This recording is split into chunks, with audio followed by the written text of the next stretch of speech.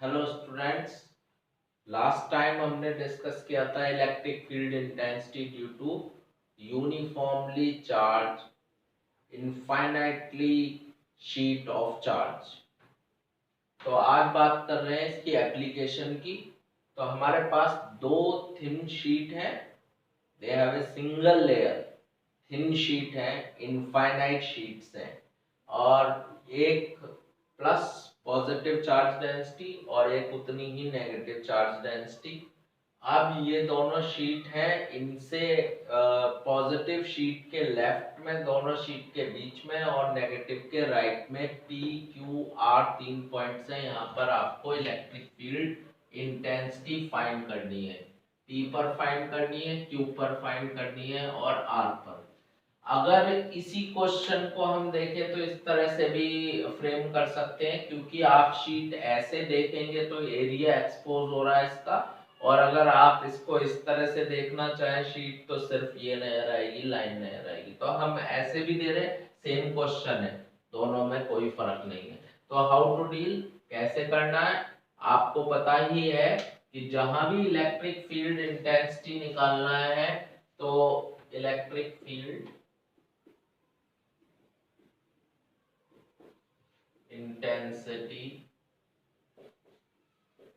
Eight P पर, Q पर और आर पर, तीनों पर निकालना। तो इसके लिए आपको पता ही है electric field intensity, how we define it, कैसे पता लगाते हैं। Electric field intensity is the force experienced by unit positive test charge. जहां भी फील्ड निकालना होता है वहां पर आप पॉजिटिव टेस्ट चार्ज रखते हैं। अब ये जो प्लस चार्ज है ये इस प्लस चार्ज को रिपेल करेगा, तो इलेक्ट्रिक फील्ड की डायरेक्शन अवे फ्रॉम पॉजिटिव, और ये जो नेगेटिव है ये इस पॉजिटिव को अट्रैक्ट कर लेगा, ये E2 हो जाएगा। यहां बात करें क्यू पर, यहां भी +1 रख के देखिए, ये प्लस प्लस को क्या करेगा, रिपेल करेगा E1, और ये माइनस क्या कर लेगा, इसको अट्रैक्ट कर लेगा E2। यहां पर देखते हैं +1 रख के, तो अगर ये प्लस वाला चार्ज शीट देखे तो प्लस को रिपेल करेगी E1, और माइनस क्या करेगी, अट्रैक्ट करेगी E2। ठीक, तो आप देखें कि जो P पर फील्ड की डायरेक्शन दोनों शीट से अपोजिट है, आर पर भी दोनों शीट की वजह से इलेक्ट्रिक फील्ड की डायरेक्शन अपोजिट है, तो फिर जो पी पर और आर पर अगर देखें तो दोनों मैग्नीट्यूड का डिफरेंस आएगा, क्योंकि दोनों की डायरेक्शन अपोजिट है। और हम पहले लेक्चर में पढ़ चुके हैं कि एक शीट चाहे पॉजिटिवली चार्ज हो या नेगेटिवली चार्ज हो, इसकी वजह से इलेक्ट्रिक फील्ड का फॉर्मूला डिस्कस किया था, सिग्मा अपॉन 2 एप्सिलॉन नॉट। दूसरे की वजह से भी आएगी सिग्मा अपॉन 2 एप्सिलॉन नॉट। तो ये कैंसिल हो गई, इतना आ गया, ये electric field comes out to be 0। तो पॉजिटिव या नेगेटिव, दोनों पॉजिटिव और नेगेटिव चार्ज की शीट है आपके पास, सेम चार्ज डेंसिटी है दोनों की, एक की प्लस एक की माइनस, दोनों के आउटसाइड, प्लस के आउट और माइनस के आउट दोनों तरफ फील्ड 0 आया। अब बात कर रहे हैं क्यू पर, तो electric field intensity at P और आर पर कितनी आ गई आपके पास, 0। ऐसे ही निकालेंगे electric field intensity at point Q. अब क्यू पॉइंट पर डिस्कस करिए, दोनों की डायरेक्शन चेक करिए, दोनों की डायरेक्शन फील्ड की सेम आ रही है, E1 प्लस E2, इसीलिए प्लस करेंगे, प्लस क्यों करेंगे, क्योंकि दोनों की डायरेक्शन सेम है।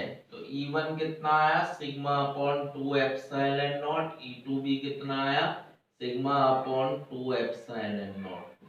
तो electric field between between the two sheets is sigma over epsilon not which is constant. इसी को हम यूज करेंगे जब कैपेसिटर चैप्टर पढ़ेंगे, तब ध्यान रखिएगा, वहां ये कॉन्सेप्ट आएगा कि दो equal and oppositely charge thin sheets के बीच में जो इलेक्ट्रिक फील्ड है वो कांस्टेंट आया है। लेकिन एक बात ध्यान रखिएगा, ये जो पॉइंट है इनके बीच में वो इनकी डायमेंशन से बहुत कम है, शीट से इनकी डिस्टेंस कम होनी चाहिए, तभी ये वैलिड होगा हमारे पास। तो electric field between two equal and oppositely charge sheet is constant. ये electric field positive to negative direction होती है इलेक्ट्रिक फील्ड की, और कितना आया, सिग्मा अपॉन एप्सिलॉन नॉट आया, कांस्टेंट आया, बाउंडेड आया। इसके बीच में ही है इलेक्ट्रिक फील्ड, इधर भी जीरो है इस प्लेट के, इसके आउटसाइड भी जीरो है, बंधा हुआ है फील्ड, बाउंड है, प्लस और माइनस के बीच में है, कांस्टेंट है। तो ध्यान रखिएगा ये भी केस सेम ही है, क्योंकि इसमें शीट का एरिया एक्सपोज किया है, इसमें आपको साइड से दिख रहे हैं, सेम क्वेश्चन।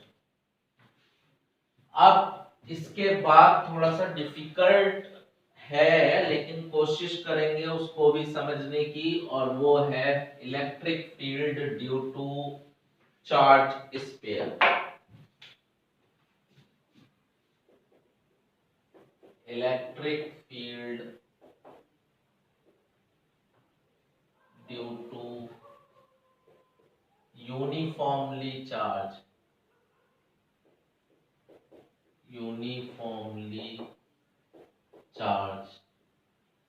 स्पेयर। अब थोड़ा सा यहाँ पर ध्यान देने वाली बात है, electric field due to uniformly charge sphere की बात कर रहे हैं हम।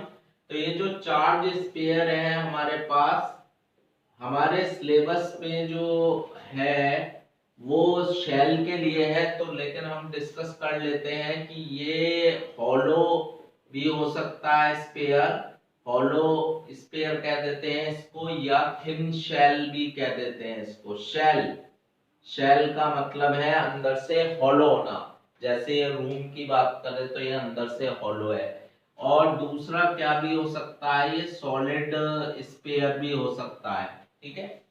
अब हॉलो या थिन शेल में हमारे पास दो ऑप्शन आ जाते हैं, या तो ये कंडक्टिंग होगा या ये नॉन कंडक्टिंग होगा शेल, या तो कंडक्टिंग शेल होगा या नॉन कंडक्टिंग होगा। ऐसे ही सॉलिड स्पेयर में भी दो केस आएंगे, कंडक्टिंग और नॉन कंडक्टिंग। अब एक बात ध्यान से समझ लीजिए कि आपके पास कंडक्टिंग हॉलो या थिन शेल है, कंडक्टिंग हो, नॉन कंडक्टिंग हो, या सॉलिड स्पेयर हो, कंडक्टिंग हो, ये तीनों के तीनों केस ये सेम है, क्योंकि इन तीनों का बिहेवियर सेम है। इन पर अगर चार्ज देंगे, charge remains at their surface,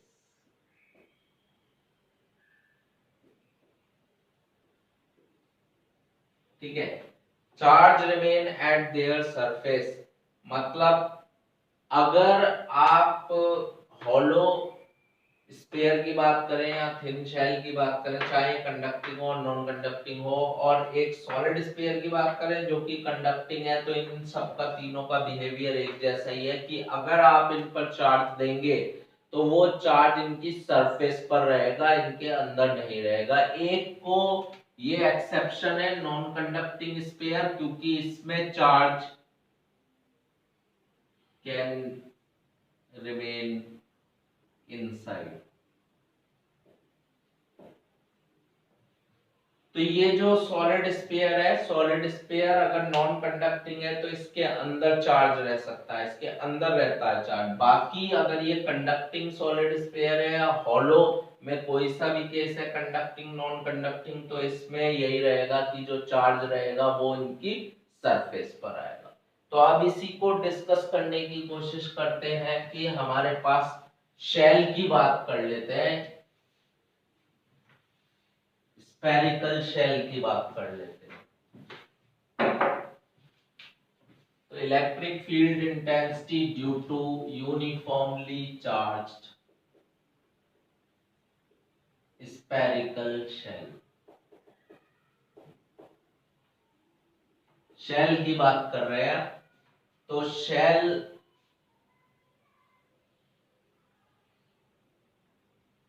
तरह से दिखाते हैं, शेल को डबल वॉल बना देते हैं जिससे कि आपको आइडिया रहे कि ये हॉलो शेल है। This is hollow shell. अब जो इसकी रेडियस है वो कैपिटल आर लिए हमने, radius of the shell is capital R, और जो चार्ज है यूनिफॉर्मली डिस्ट्रीब्यूटेड है ओवर इट्स सरफेस। तो ये यूनिफॉर्मली चार्ज स्फेरिकल शेल है। What is R? R is the radius of shell. अब आपको ये बताना है इस पर टोटल चार्ज कितना है, तो नहीं बता सकते क्योंकि यूनिफॉर्मली चार्ज इस पे डिस्ट्रीब्यूटेड है। कैसे क्या बता सकते हैं कौन सा चार्ज डिस्ट्रीब्यूशन होगा इसमें, क्योंकि इस पे सरफेस पर चार्ज है तो ऑब्वियस है sigma. Sigma is the surface charge density. Sigma इसकी सरफेस चार्ज डेंसिटी होगी, और सिग्मा क्या होती है? चार्ज पर यूनिट एरिया, यानी कि Q upon 4 pi capital R square which is the radius of the shell. तो यहां से अगर आप Q की वैल्यू फाइंड करेंगे चार्ज की, तो कितना आ जाएगा? सिग्मा इंटू 4 पाई R स्क्वायर। ठीक है। अब इस शेल की वजह से इलेक्ट्रिक फील्ड निकालना चाह रहे हैं, तो वो गॉस लॉ लगाकर हम निकालेंगे। तो सबसे पहले निकालेंगे आउटसाइड फील्ड, आउटसाइड शेल। पहला point small r greater than R, मतलब कोई भी पॉइंट लें जो इससे बाहर है आर डिस्टेंस पर। यहां फील्ड निकालना चाहेंगे स्मॉल आर डिस्टेंस पर शेल से बाहर, जो कैपिटल आर से बड़ा पॉइंट है। तो गॉस थ्योरम लगाने के लिए आपको पता होना चाहिए कि सबसे पहले हमें क्या माननी पड़ती है? Gaussian surface. तो गॉसियन सरफेस लीजिए जो कि सिमेट्रिक होती है चार्ज डिस्ट्रीब्यूशन के अबाउट। तो ये गॉसियन सरफेस ले रहे हैं, this is the Gaussian surface. मैं इसका नाम दे रहा हूं गॉसियन सरफेस 1, क्योंकि बार बार डायग्राम नहीं बनाएंगे, इसी में 3 केस करने हैं, इसीलिए मैं नाम दूंगा इसमें 1 2 3। तो सबसे पहले आउटसाइड, तो गॉसियन सरफेस बना लिए। तो गॉसियन सरफेस की रेडियस हमेशा स्मॉल आर लेंगे जो कि वेरिएबल है, जबकि कैपिटल आर शेल की रेडियस है वो फिक्स है। तो गॉसियन सरफेस 1 है, तो आप क्या निकालेंगे? Electric flux through Gaussian surface 1।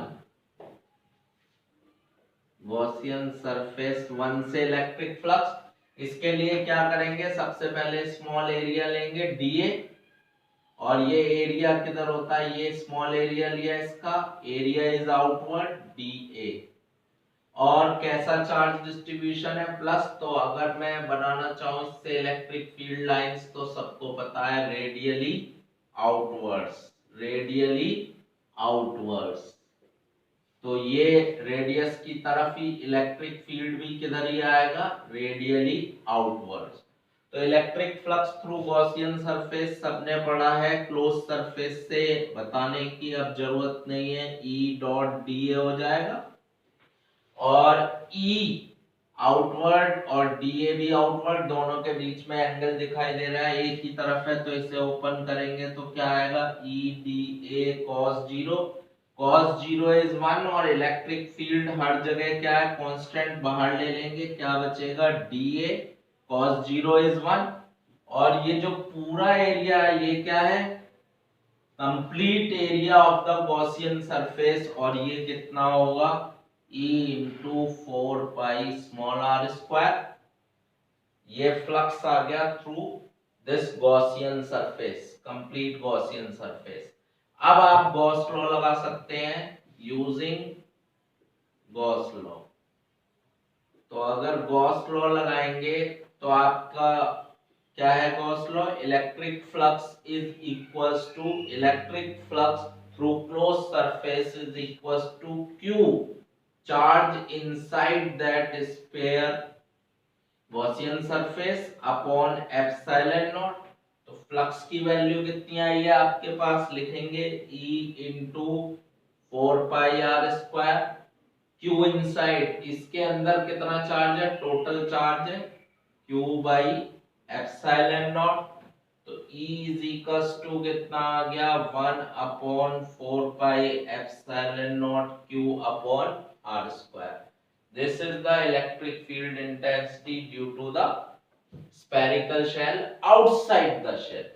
अब आप इस वाली इक्वेशन को, इसको दूसरी टर्म में भी लिख सकते हैं। कैसे, अगर E 1/4 pi epsilon naught Q की वैल्यू देखिए, Q की वैल्यू सिग्मा नोटेशन में भी दे सकते हैं, sigma into 4πr² divide by small r²। 4 pi cancel, तो आप इसको ऐसे भी लिख सकते हैं, sigma capital R² upon epsilon not into r²।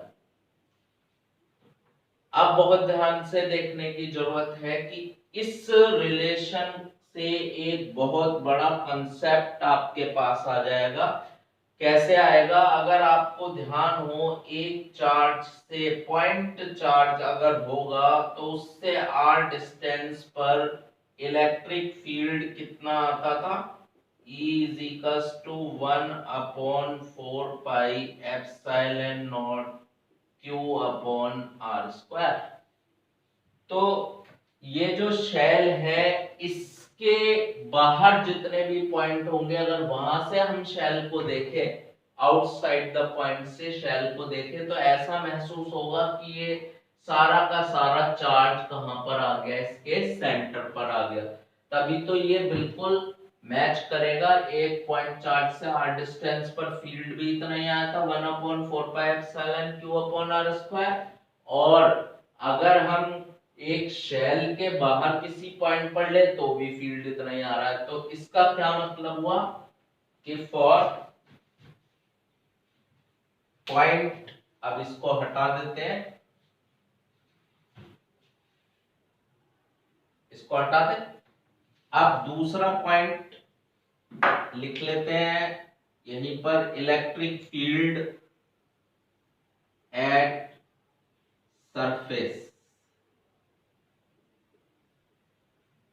Surface of shell. अब हम इलेक्ट्रिक फील्ड निकालेंगे इसकी सरफेस पर, यहां पर निकालेंगे शेल की सरफेस पर। तो स्मॉल r किसके इक्वल हो जाएगा, कैपिटल R। तो आपको कुछ नहीं करना है, यही वाली जो सरफेस है, यही क्या लिख दीजिए इसे, गॉसियन,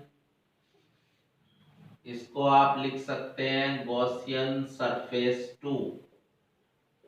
इसी को गॉसियन सरफेस 2 नाम डाल देता हूं। अब ये गॉसियन सरफेस बन गई, क्योंकि मेरे को सरफेस पे निकालना है। तो इसमें कोई ज्यादा चेंज नहीं होगा, यहाँ पर 2 कर दीजिए, यहाँ सेम ही रहेगा, क्योंकि इलेक्ट्रिक फील्ड आउटसाइड है और एरिया वेक्टर भी आउटसाइड रहेगा, सेम आएगा। बस यहाँ पर कैपिटल R² हो जाएगा। ठीक है, गॉस लॉ लगाएंगे, सेम, यहाँ कैपिटल R², यहाँ कैपिटल R² हो जाएगा, यहाँ कैपिटल R², ये कैंसिल हो जाएगा, तो सिग्मा अपॉन एप्सिलॉन नॉट आ जाएगा at the surface of the spherical shell. अब तीसरा रिजल्ट जो आएगा, तीसरा हमें निकालना है, वो है इनसाइड द शेल, इसके अंदर निकालेंगे। अब तीसरा point, field inside the shell, field inside the shell, यानी small r is less than capital R। तो फिर से गॉसियन सरफेस बनानी पड़ेगी आपको। अब कहां बनानी पड़ेगी, इसके अंदर बनानी पड़ेगी। ये गॉसियन सरफेस लेंगे, तो अब ये गॉसियन सरफेस 3 हो गई, गॉसियन सरफेस 3 हो गई। अब आप इसमें जरा सा चेंज करेंगे, यहाँ पर 3 लिख दीजिए, यहाँ सेम आएगा, यहाँ स्मॉल आर स्क्वायर, क्योंकि जो गॉसियन सरफेस होती है वो वेरिएबल रेडियस की होती है, स्मॉल आर रेडियस की होगी। यहाँ सरफेस के लिए बस स्मॉल आर कैपिटल आर हो गया था। Using Gauss law Q inside upon epsilon not. अब आप देख सकते हैं कि कितना चार्ज एनक्लोज्ड है वो बताना है आपको। शेल के अंदर पाई, ये तो कितना आया 4 पाई आर स्क्वायर, कितना चार्ज इसके अंदर एनक्लोज, इसके अंदर कितना एनक्लोज्ड है, गॉसियन सरफेस है तो सारा चार्ज बाहर है, इसके अंदर तो कोई चार्ज नहीं है, तो इलेक्ट्रिक फील्ड इनसाइड कितना आ गया, 0 आ गया। तो ये जो 3 कंसेप्ट हमने पढ़े, आउटसाइड, इनसाइड और सरफेस, इन्हीं को हम आगे अप्लाइड करेंगे, एप्लीकेशन पढ़ेंगे नेक्स्ट लेक्चर।